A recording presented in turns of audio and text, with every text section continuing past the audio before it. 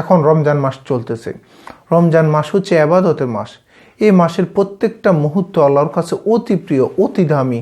এই জন্য সমস্ত উম্মত মুহাম্মাদি, সমস্ত মুসলমান সবে আমরা প্রত্যেকটা মুহূর্ত, প্রত্যেকটা সেকেন্ড যেন এই মাসের মধ্যে কোনো ধরনের হেলায় ফেলায় না কাটাই, আমরা এদিকে লক্ষ্য রাখবো। আর এই উদ্দেশ্যে আমরা কিছু স্পেশাল আমল করব। এই আমলগুলোর মাধ্যমে আমরা যেন প্রত্যেকটা সময় আমার একেবারে সঠিকভাবে কাজে লাগে, এদিকে আমরা অবশ্যই চেষ্টা করব।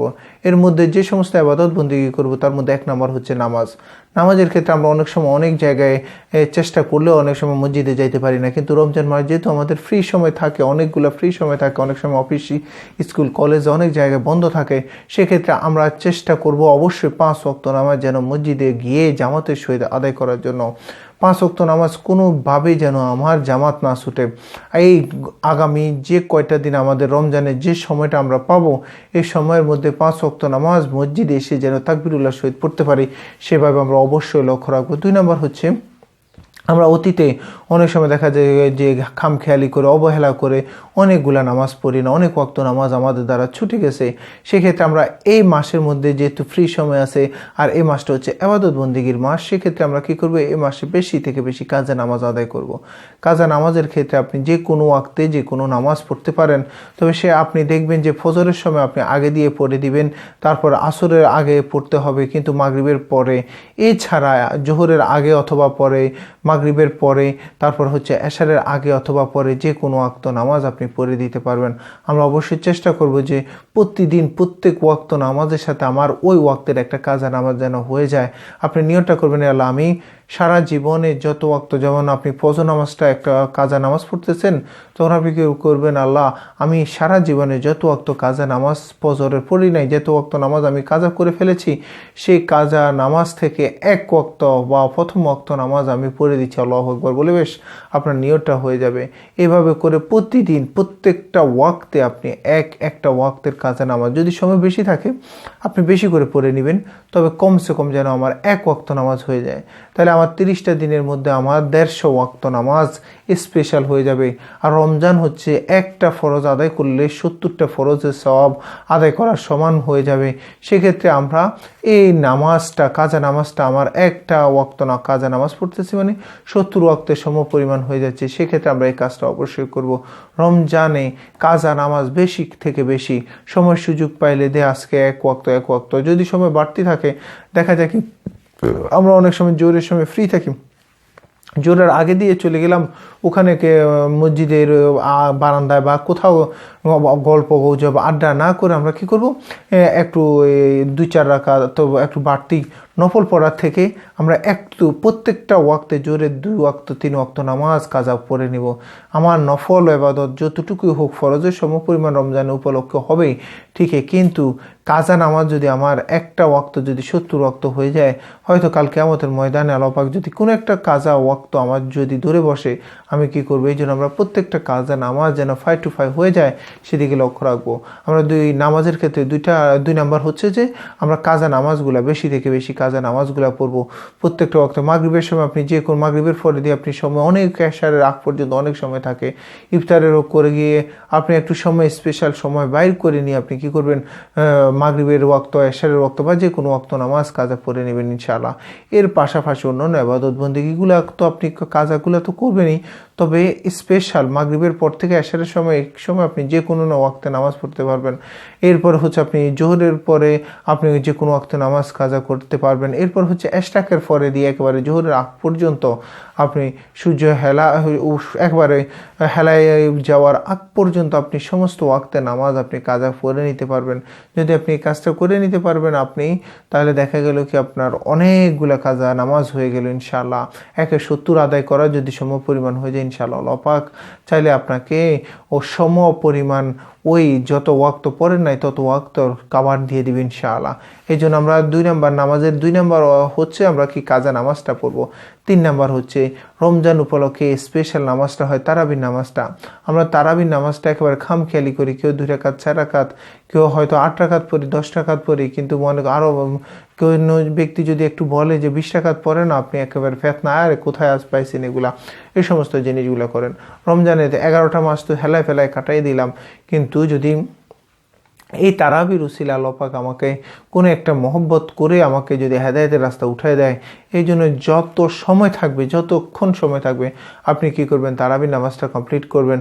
অনেক সময় আড্ডা দেওয়ার জন্য, ঘোরাঘুরি করার জন্য, হয়তো বা একটু রেস্ট করতেছি, এই শয়তানের ফিতনার কারণ আপনার কি করে আপনাকে শয়তানটা বলে যে আরে তারাবি পড়ার দরকার নেই, তারাবি সুন্নত নামাজ না পড়লে তো রোজার সমস্যা হবে না, এই ধরনের বিভিন্ন অজুহাত মাসালা দিয়ে আপনাকে কি করবে, শয়তান মসজিদ থেকে বের করে দিবে। এই জন্য আমরা আসুন, আমরা সব সময় তো তারাবি পড়তে পারি না, রমজান উপলক্ষে যেহেতু তারাবির নামাজটা স্পেশাল, আমরা এই তারাবির নামাজটা অবশ্যই আদায় করব।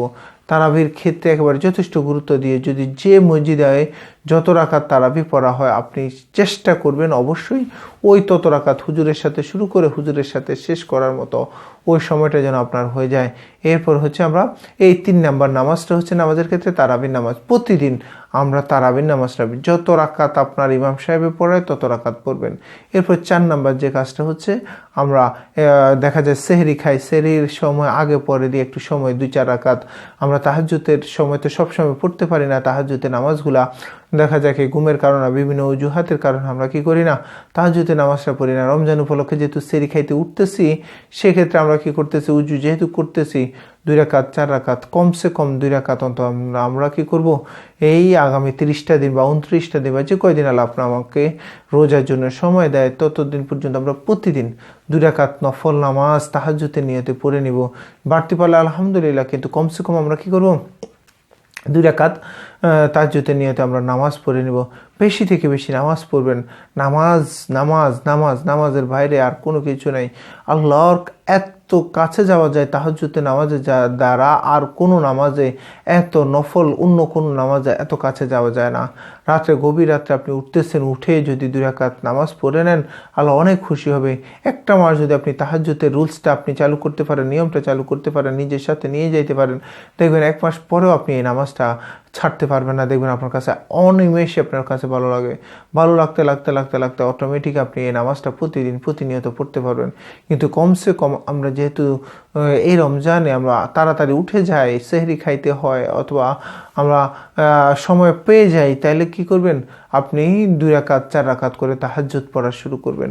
5 নাম্বার নামাজের ক্ষেত্রে 5 নাম্বার যে আমলটা হচ্ছে নামাজের আমল, যে আমরা যদি সম্ভব হয় না একেবারে ধরা বাঁধা আমরা কি করব, প্রতিদিন পারলে পারলাম অন্তত সপ্তাহে একটা দিন হইলে আমরা সালাতুত তাসবিহ নামাজটা আদায় করব।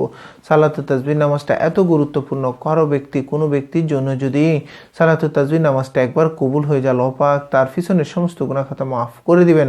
সেক্ষেত্রে আমরা তাহাজ্জুদের নামাজের সাথে পারলে তো আলহামদুলিল্লাহ, না পারলে হয় জোহরের সাথে পড়ে নেবেন। তবে রাসূল সাল্লাল্লাহু আলাইহি ওয়াসাল্লাম বলে যখন সূর্য মাঝ বরাবর এসে হেলে যায় ওই অবস্থায় তাই আপনার সালাতুত তাসবিহ নামাজটা একেবারে গুরুত্বপূর্ণ। ওই সময় দেখা যায় কি আপনার কোনো ধরনের ঘুমের আসে না, ঘুমের ভাব আসে না, আপনার কোনো ধরনের ফিতনার সমস্যা আসে না।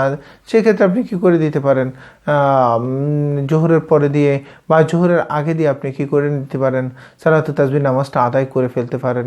এটা অনেক গুরুত্বপূর্ণ একটা নামাজ। এই নামাজের মাধ্যমে আল্লাহ পাকের নৈকট্যতা হাসিল হয়, পাশাপাশি মানুষের নামাজের মধ্যে মনোযোগিতা বাড়িয়ে দেয় ওই সালাতুত তাসবিহ নামাজটা। আর আরেকটা মজার জিনিস হচ্ছে আপনার যদি কবুল হয়ে যাইতে পারে ইনশাআল্লাহ, আল্লাহু আকবার, আপনার পিছনের সমস্ত গুনাহ খাতা আল্লাহ পাক মাফ করে দিবেন।